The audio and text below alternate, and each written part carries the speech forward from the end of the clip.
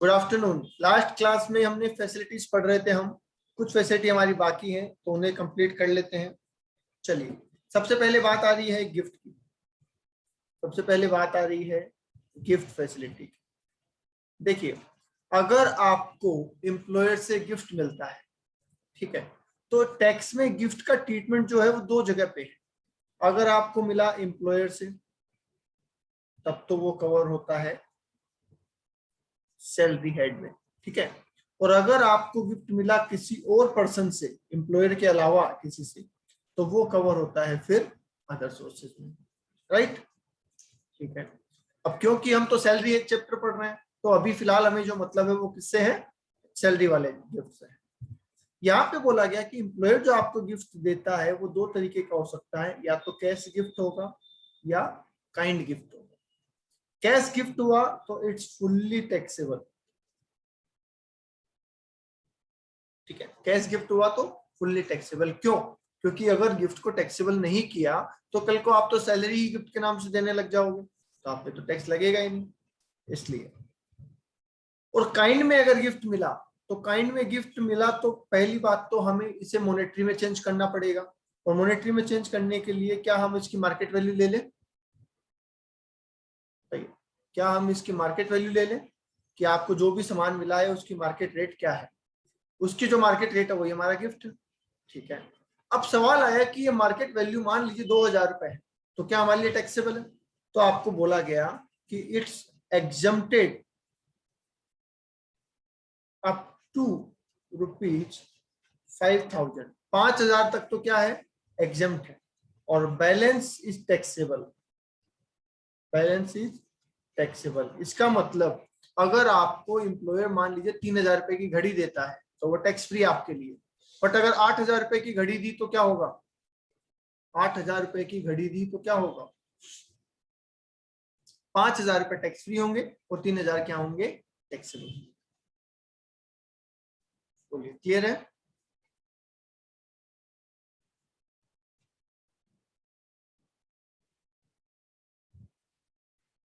Clear है क्या? Cash gift fully taxable है और काइंड में गिफ्ट 5000 तक टैक्स फ्री है और बाकी टैक्सेबल है अंडर दी हेड सैलरी। और बाकी किसी से गिफ्ट मिला, आपके किसी रिश्तेदार से, आपको किसी शादी में या किसी फ्रेंड से, वो सारे यहाँ की बात है, तो वो हम सारी बातें यहाँ करेंगे। 56(2)(10) के नाम से एक सेक्शन है, वहां पे हम बातें करेंगे, राइट। चलिए आगे आ जाइए। आगे हम बात कर लेते हैं फूड फैसिलिटी।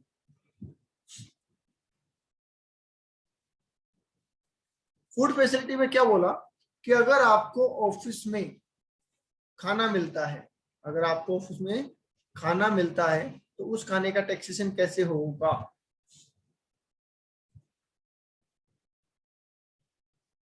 ठीक है, तो उस खाने के टैक्सेशन के लिए सुनिए, सबसे पहले बोला गया कि आपको चाय नाश्ता मिलता है। आपको क्या मिलता है? चाय नाश्ता मिलता है, तो वो टोटली टैक्स फ्री है। क्योंकि जनरली हम मान के चलते हैं कि चाय नाश्ता आपकी एफिशिएंसी को बढ़ाने के लिए किया गया है। इसको आप रिफ्रेशमेंट भी कह सकते हैं, इसको आप क्या बोल सकते हैं, रिफ्रेशमेंट। तो ऑफिस में चाय नाश्ता मिलना टैक्स फ्री है। दूसरी बात आ जाती है कि ऑफिस में आपको मिलता है फूड प्लस, सर ये हो गया, ये हो गया ना, अभी आपने मना किया था। चलो कोई बात नहीं, हो गया तो मैं फटाफट बता देता हूँ। फूड एंड बेवरेज में हमने बात की थी कि अप टू ₹50 पर मील तक एग्जम्प्ट है और बैलेंस क्या है, टैक्सेबल है, राइट। और वर्किंग डेज कितने बताए थे आपको? 300, ठीक है। और ध्यान रहे ये वर्किंग आवर्स में ही होना चाहिए।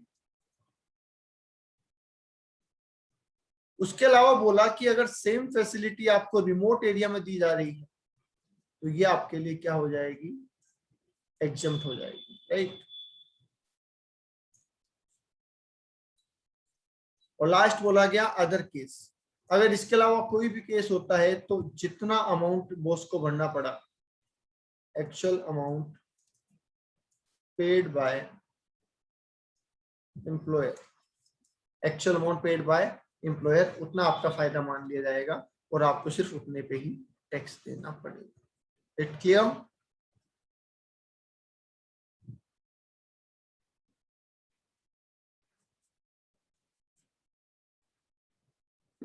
ओके, चलिए फिर आगे आ जाइए। आगे आपने कहा सर्वेंट फैसिलिटी का बता दीजिए। चलिए सर्वेंट पे बहुत आसान है। मान लीजिए आपके घर में आपको बोला गया है कि सर्वेंट, कुक, वॉचमैन, ठीक है, या फिर गार्डनर एक्सेट्रा, ऐसा कोई पर्सन रखा गया है कि भाई आप ये पर्सन रख लो, इनको जो पैसा देना होगा वो कंपनी देगी। तो क्या आपको कुछ एडिशनल बेनिफिट हुआ है? यस, हुआ है। और अगर हुआ है तो वो आपके इनकम में जुड़ेगा। तो कितना जुड़ेगा? Actual amount paid by employer, जितना पैसा एम्प्लॉयर इनको पे करेगा वो हमारी इनकम में जुड़ेगा, क्योंकि हमारी वजह से इनको पेमेंट किया जा रहा है। ठीक है, ओके। इसमें एक खास पॉइंट है कि if house is owned by employer तो क्या होगा? Gardener facility exempted. अगर घर एम्प्लॉयर का खुद का है तो अगर वहां पे गार्डनर है और आपको गार्डनर दिया गया है तो वो आपके लिए एग्जम्प्ट होगा। आप कहेंगे सर ऐसा क्यों? ऐसा इसलिए कि अगर एम्प्लॉयर के घर में गार्डनर है तो अगर आप वहां नहीं भी रहते तो भी गार्डन मेंटेन करने के लिए गार्डनर तो रहेगा। तो इसका मतलब गार्डनर को आपकी वजह से नहीं रखा गया है, गार्डनर वैसे भी वहां पे परमानेंटली रहता है। ओके, इसलिए गार्डनर फैसिलिटी को एग्जम्प्ट किया गया है। क्यों? ठीक है। और बाकी कोई भी सर्वेंट वर्वेंट मिला सब taxable.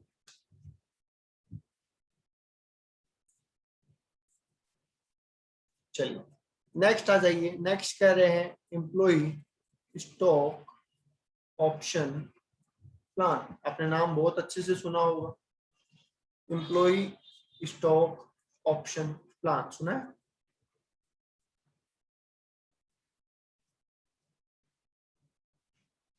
If employee is living with employer, अगर एम्प्लॉय रह रहा है एम्प्लॉयर के साथ में तो हाउस ओन्ड बाय एम्प्लॉयर वाला सीन हो जाएगा, हाउस ओन्ड बाय एम्प्लॉयर वाले सीन हो जाएगा।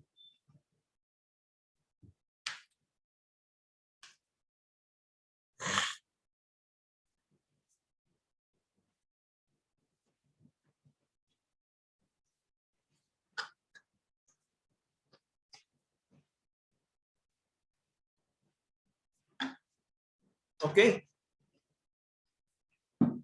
बाकी प्रैक्टिकली ऐसा नहीं होता है कि एम्प्लॉय एम्प्लॉयर के साथ ही रह रहा है, उसके उसके गेस्ट हाउस में हो सकता है, उसके किसी मकान में हो सकता है, साथ नहीं होता जनरली। ठीक है, चलिए नेक्स्ट कह रहे हैं एम्प्लॉय स्टॉक ऑप्शन प्लान। ये क्या है?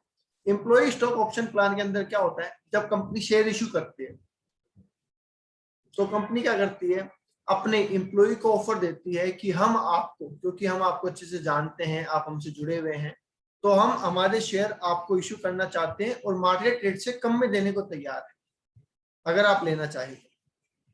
ठीक है, तो आपको ऑप्शन मिला कि भैया देखो हम आपको 100 शेयर ऑफर करते हैं, वो भी एट द रेट 50 रुपए, और जो मार्केट वैल्यू है वो तो 80 रुपए है।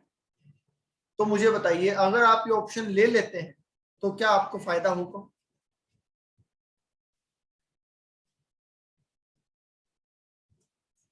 बोलिए, अगर आप ये एसेट ले लेते हैं, आप कहते हैं मुझे सही है सर, तो फायदा होगा? यस डेफिनेटली फायदा होगा। फायदा निकलेगा कैसे? क्या मैं ऐसा लिख दूं कि फायदा निकालने का तरीका है ये लो,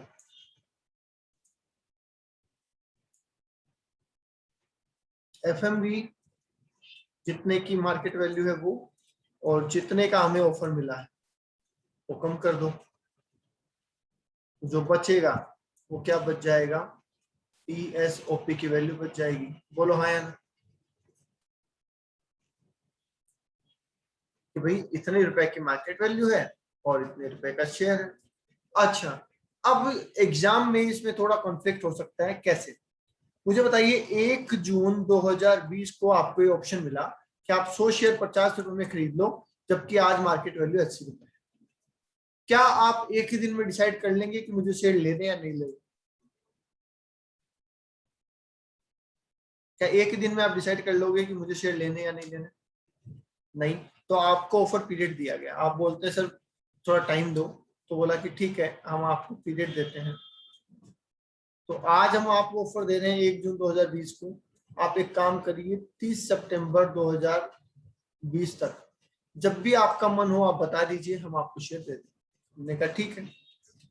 अब हमने 1 जुलाई 2020 को उनको अप्लाई किया और कहा कि हमें शेयर चाहिए, हमें 100 शेयर चाहिए, कोई 50 रुपए के हिसाब से, जैसा कि आपने वादा किया था। ठीक है। अब इस दिन मार्केट वैल्यू हो गई 88 रुपए। जिस दिन हमने ये अप्लाई किया उस दिन मार्केट वैल्यू 88 हो गई, राइट। 11 जुलाई 2020 को अलॉटमेंट हुआ आपके शेयर का, और उस दिन जो मार्केट वैल्यू थी वो 92 रुपीज थी। तो अब आप मुझे बताइए कि जब मैं अपना फायदा निकाल रहा हूं और मुझे यहाँ मार्केट वैल्यू लिखनी है, तो ये मार्केट वैल्यू कौन सी डेट की लिखूं? जिस दिन ऑप्शन मिला वो, जिस दिन हमने ऑप्शन के लिए हाँ करी वो, या जिस दिन शेयर हमें अलॉट हुए वो?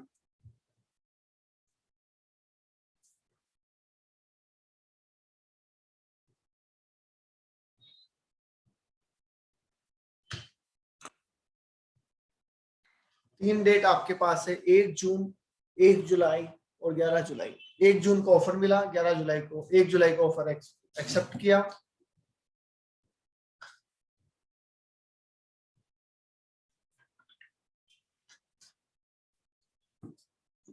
बिल्कुल सही जवाब। जिस दिन हम ऑफर अप्लाई करते हैं, जिस दिन हम ऑफर को एक्सरसाइज कर लेते हैं, क्योंकि फायदा तो हमारा उसी दिन फिक्स हुआ ना, तो इस दिन की रेट काम आएगी। अब इस दिन हमें फायदा हो गया कितना, 88 की वैल्यू थी, हमें मिला 50 में, इसका मतलब हमें 38 का फायदा हो गया। बिल्कुल सही जवाब है। जिस दिन हमने ऑप्शन को हाँ कहा उस दिन मार्केट वैल्यू क्या थी, बस।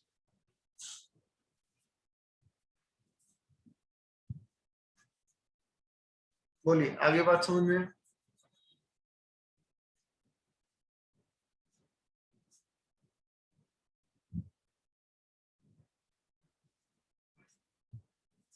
चलिए तो आगे, तो आगे चलते हैं।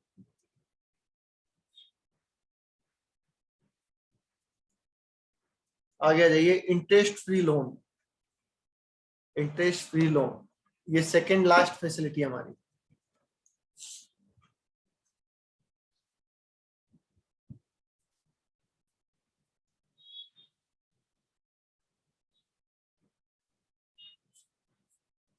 देखिए, इंटरेस्ट फ्री लोन में क्या बोला गया कि अगर आप कंपनी से लोन लेते हैं और कंपनी आपको वो लोन या तो इंटरेस्ट फ्री देती है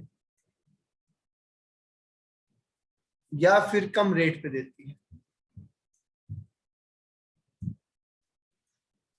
तो क्या होगा, कैसे? इसका मतलब ये है कि आपको पैसे की रिक्वायरमेंट है और आप बैंक से लोन ले रहे हैं, पर एम्प्लॉयर ने कहा कि बैंक से लोन क्यों लेते हो, हमसे ले लो, हम आपसे इंटरेस्ट भी चार्ज नहीं करेंगे। तो मुझे बताइए उस लोन पे आपको कितना बेनिफिट हो गया?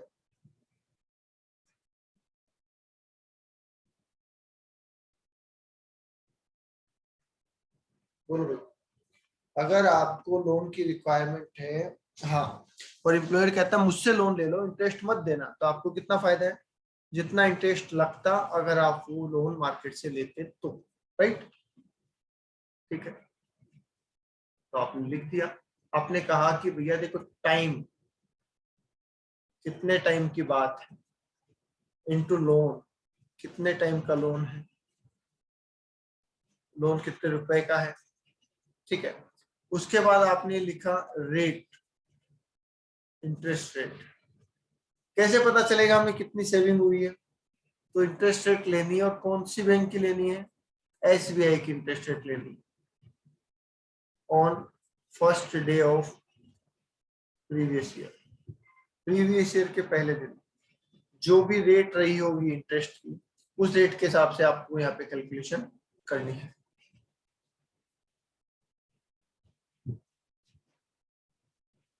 ओके, तो कितने का लोन था, कितनी रेट थी, और कितने टाइम में यूज किया गया। कंसेशनल रेट की बात कर लेते हैं, तो वो कहते हैं कि भैया लोन तो जितना था उतना ही है, इनटू एसबीआई की जो रेट है उसमें से जितनी रेट आपसे वसूल की गई है,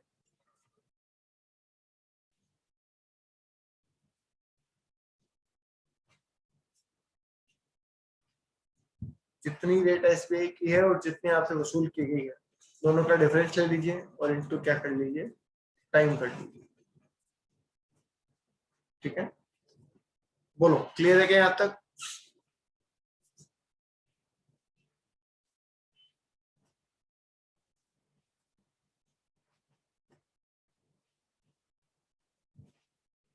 यस। फॉर एग्जाम्पल, मान लीजिए मैंने 5 लाख रुपए लिए बॉस से, ठीक है, और किस रेट पे? उन्होंने मुझे बिना ब्याज के दिए, जबकि मार्केट में रेट चल रही थी 10%। ठीक है, तो बता सकते हैं आप कि मेरे कितना फायदा हो गया एडिशनल? 5 लाख का मैंने लोन लिया, 10% की रेट मार्केट में चल रही है, तो मेरे कितना फायदा हो गया वो लोन एम्प्लॉयर से लेने से?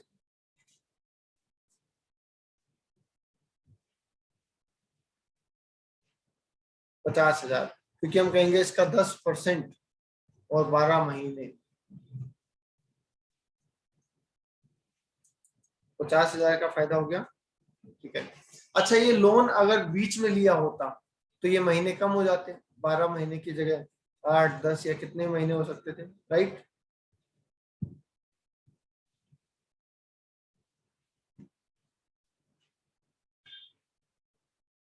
ओके, अगर यही लोन आपको 1 जुलाई 2020 में मिलता, ध्यान से सुनना, 1 जुलाई 2020 में मिलता 4% की रेट पे, यही लोन आपको 1 जुलाई 2020 को मिलता 4% की रेट पे, ठीक है, तो कैलकुलेशन कैसे होती? क्या सबसे पहले तो हम ये बोले कि वही 5 लाख रुपए, 4%, 4% इंटरेस्ट, और कितने महीने का? अप्रैल मई जून तो है नहीं, जुलाई, तो क्या 9/12 कर दूं? बताओ कितना आ रहा है?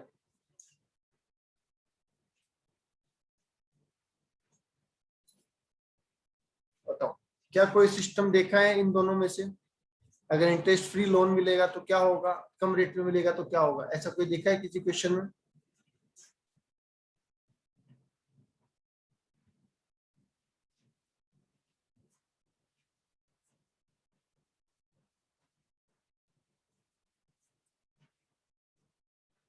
बोलो जी, क्लियर है क्या?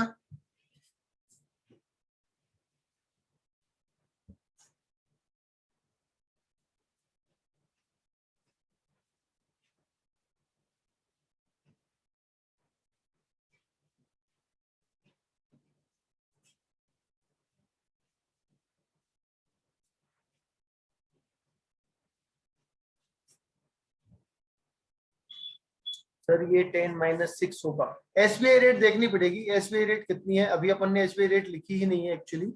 अगर एसबीआई रेट 10% है तो 10 - 6, बिल्कुल ठीक कह रहे हैं आप। एसबीआई रेट 10% है तो 10 - 4 कर देंगे तो 6 आ जाएगा, बिल्कुल ठीक है। एसबीआई रेट 10 एज्यूम कर लीजिए तो ये 6 आ जाएगा, और अपन एसबीआई 8% कर लेते हैं तो ये 4 आ जाएगा। तो अभी आप 8% एज्यूम कर लो, एसबीआई की रेट 8% एज्यूम कर लो।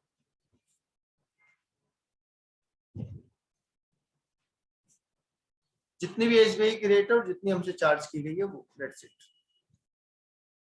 ओके, ये तो बेसिक बात हुई। अभी इसमें एक एडवांस पॉइंट आना बाकी है, और वो एडवांस पॉइंट क्या है पहले वो करते हैं, फिर मैं आपको इसमें 2-3 एग्जांपल करवाऊंगा। पहला point, loan up to rupees, loan up to rupees 20,000 क्या होते हैं, एग्जम्प्टेड होते हैं। 20,000 तक के छोटे मोटे लोन एग्जम्प्टेड है। Loan for specified disease, specific बीमारी के लिए, ये भी एग्जम्प्ट होते हैं। तीसरा पॉइंट कह रहा है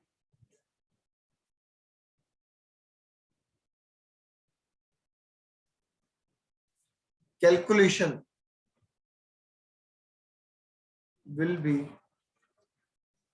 done on monthly closing balance. Calculation will be done on monthly closing balance. ये बड़े ध्यान से पकड़ लेना, ये बड़े काम की बात है।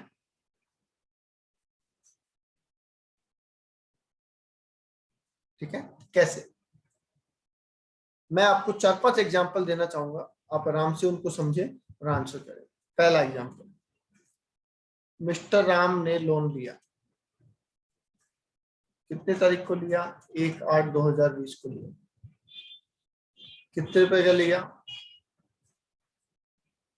5 लाख का लिया। मिस्टर राम ने 5 लाख का लोन लिया 1/8/2020 को, कितने परसेंट पे, 3% पर एनम पे। ठीक है, जबकि उसी दिन एसबीआई की रेट क्या चल रही थी, 9% पर एनम। ओके, तो मुझे बताइए इनको बेनिफिट कितना हुआ। क्या ये बोलेंगे कि 5 लाख का लोन 9% पर एनम की रेट इनटू अप्रैल मई जून जुलाई 4 महीने छोड़ दो, 8/12, बोलो ठीक है क्या।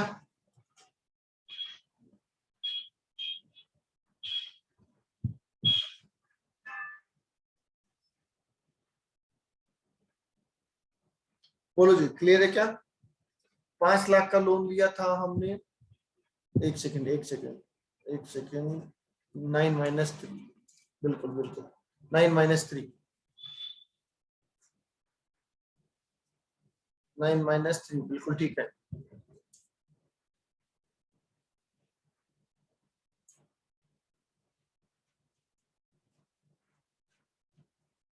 ओके,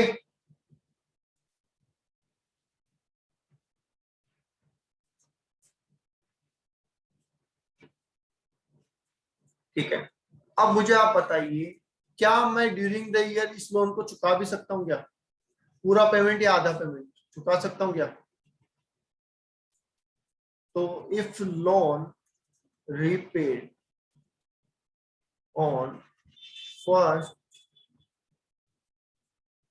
1/11/2020 ऑफ ₹2 लाख, आप ये मान लो कि इसमें से 2 लाख का पेमेंट कर दिया गया। सेम क्वेश्चन वही है, कंटिन्यू, और हमें बोला गया 1/11/2020 को 2 लाख का पेमेंट कर दिया गया। तो अब हम जो कैलकुलेशन करेंगे वो कैसे करेंगे, क्या हम ये ऐसा लिखें कि 5 लाख का लोन 6% की रेट पे, 5 लाख का लोन 6% की रेट पे, ठीक है, मतलब इंटू कर दो 100 और डिवाइड बाय 100 कर दो इंटू 6, और डिवाइड बाय, बोलो कितना करूं, कितने महीने का लिखूं,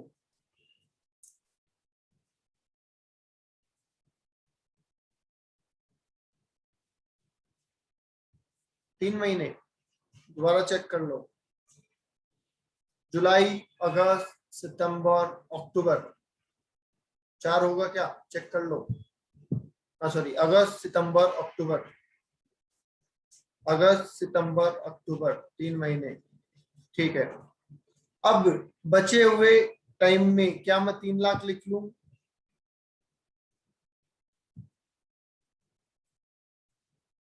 नवंबर, दिसंबर, जनवरी, फरवरी, मार्च, बोलो सही है क्या?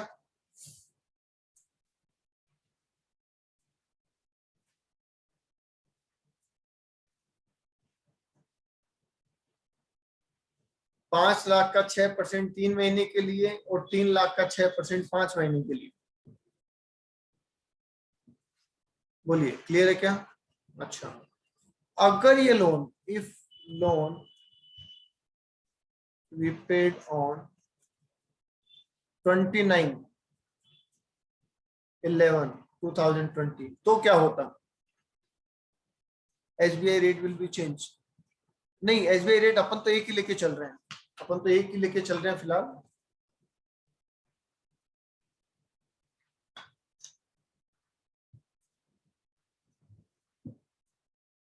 SBI रेट अपन जो first day of previous year में होती है ना, वो लेके चल रहे हैं। ओके, वो क्वेश्चन में दे रखी होगी आपको, SBI की रेट क्वेश्चन में दे रखी होगी।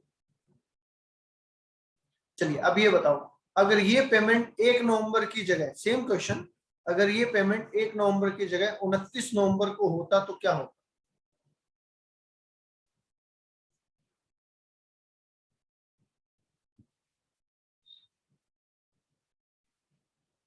5 लाख का 6% कितने महीने के लिए, बोलो?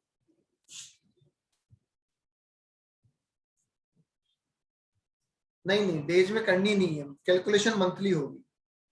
हमने नोट लिखवाया था, calculation will be done on monthly closing balance. Days में कैलकुलेट नहीं करना है, मंथली क्लोजिंग बैलेंस पे करना है। तो इसका मतलब सेम रहेगा, क्योंकि अभी भी क्लोजिंग तो वही है। 1 नवंबर को बैलेंस पेमेंट हो, 5 नवंबर को हो, 25 को हो या 29 को हो, क्लोजिंग बैलेंस तो वही रहने वाला है, इसलिए आंसर भी हमारा सेम रहेगा। बोलो आगे बात समझ में?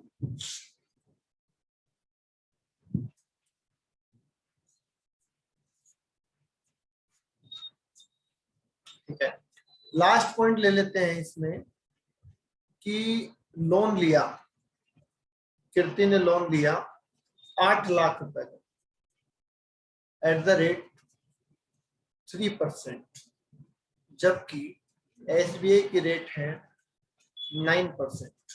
ओके, कब लिया ये लोन? ये 1/5/2020 को लिया, ठीक है। अब इनको पेमेंट करना है EMI में, और EMI में पेमेंट कैसे करना है? 20,000 पर मंथ, और वो EMI स्टार्ट कब से होगी? 1 जून 2020 से होगी। ओके, क्वेश्चन समझ में आ गया? यस। अब कैलकुलेशन कैसे होगी? क्या अब हर महीने मंथली बैलेंस चेंज होगा? क्या अब हर महीने मंथली बैलेंस चेंज होगा? यस। तो मंथली बैलेंस चेंज होगा तो हम मंथली कैलकुलेशन करेंगे, मई, जून, जुलाई, अगस्त, सितंबर, अक्टूबर, राइट। ऐसे ही नवंबर, दिसंबर, जनवरी, फरवरी और मार्च। मई में क्लोजिंग बैलेंस कितना था? क्या 8 लाख था?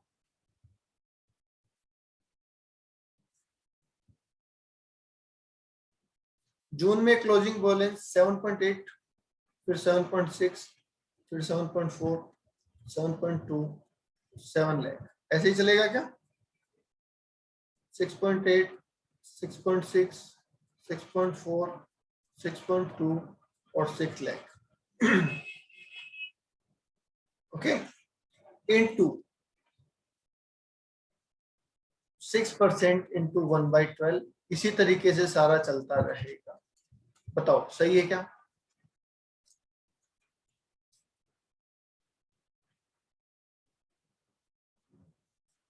यस, क्योंकि हमें तो मंथली कैलकुलेशन करनी है, तो 1 महीने 8 लाख का बैलेंस, 1 महीने 780 का, ऐसे चलते जाएंगे।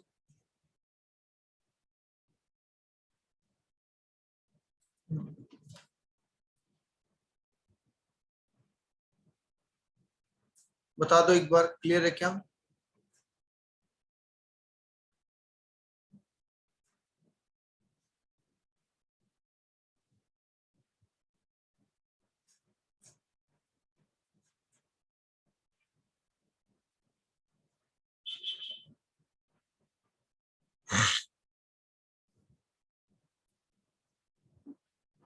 चलिए, तो आज के लिए इतना ही करेंगे, कल हम इसके आगे करेंगे। क्वेश्चन बैंक आई होप आपको मिल गया है, और नहीं मिला है तो अगर आप आते जाते रहे तो एक बार इंस्टीट्यूट से कलेक्ट कर लेना। मॉर्निंग में जब आप अमित सर की क्लास से आएंगे ना, तो क्वेश्चन बैंक जरूर कलेक्ट कर लेना यहाँ से।